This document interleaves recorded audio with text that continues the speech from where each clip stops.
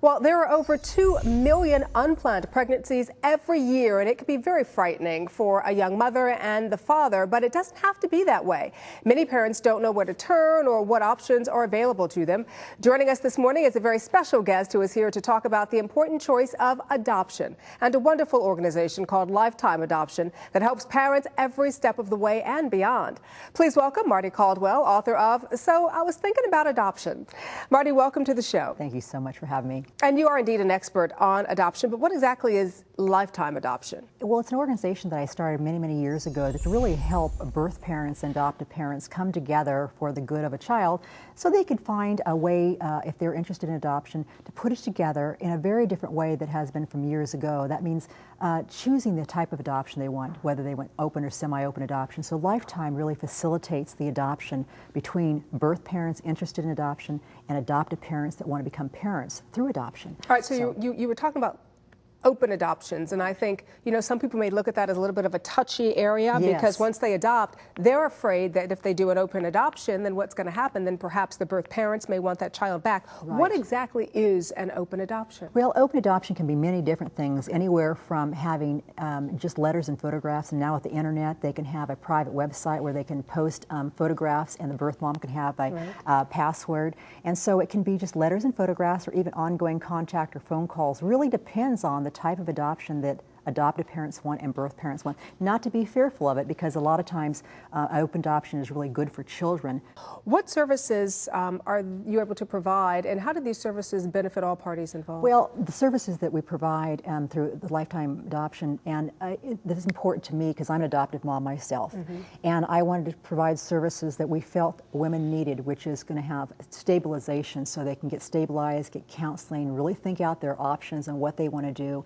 Do they have any options within their family, which is very important, and then to be able to have ongoing support during the adoption process and afterwards. You know, we have scholarship programs and helping women to get really back on their feet and break the cycle of either poverty or where they've been going. And you were talking about this book that you wrote. It's called So I Was Thinking About Adoption, and as you just alluded to just a little bit ago, this came from a very personal place for you. Right. You're an adoptive parent. Tell me about that. Well, you know, it was many years ago. I have gone through 7 pregnancy losses, including twins, and so I have really gone on both sides and then had a miracle child. So I've experienced pregnancy, you know, through medical technology, but I've also adopted, very difficult adoption. So I understand a lot of what the birth parents are going through. And you said it was a parents. difficult adoption. I had a difficult adoption. I had birth parents that did want to come back, and the laws in my state at the time allowed the birth mother to come back after up to 6 months. Oh, now, boy. I've helped pass a law in California that cuts that time down and makes it safer. Every state is different with different state laws. And you also say that adoption has changed over the years. Oh, it has. How so? Well, you know, years ago, adoption was really kind of a quiet type thing. Even today, whenever I go someplace, someone will come whisper in my ear,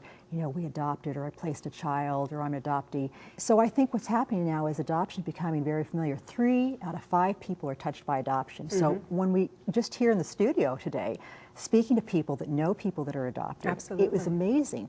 And so I think it's becoming more of a norm, and we're becoming a melting pot. So there are interracial adoptions going on, and older children, and blending of families. So I think adoption is something that's really changed. Plus, with the internet, women can get more information about adoption in the privacy of their own home. And so what are some of the other myths about adoption? I think the other myths are that most women are teenagers, which they're not. Most of the women that we see in our center are in their 20s and 30s. We've even had some menopause babies in their 40s. And so very few teenagers, but mostly 20 and 30-year-olds. And that also single parents can adopt, which is not true because single parents can adopt. And I think also cost, that it is affordable to adopt. There is a federal tax credit of over $13,000 to help adoptive parents. There is no cost for birth parents that are looking at adoption for their child, with lots of services. And I think also age. A lot of people feel they're older or they have children, as in your situation where you have all the children. Can we adopt? Yes. So people that have children already that want to adopt, and you can have gender specific. Well, I have to tell you, this information was just so useful, not just for me, but I'm sure for a lot of viewers out there who may be kind of struggling with whether or not they're going to do this. So it was so great having you on the show this morning. Thank you so very much. It's wonderful being here, too. Oh, anytime. And if you'd like more information about lifetime adoption, just check out lifetimeadoption.com. And if you'd like to find out more about Mardie Caldwell or her helpful books, just visit MardieCaldwell.com.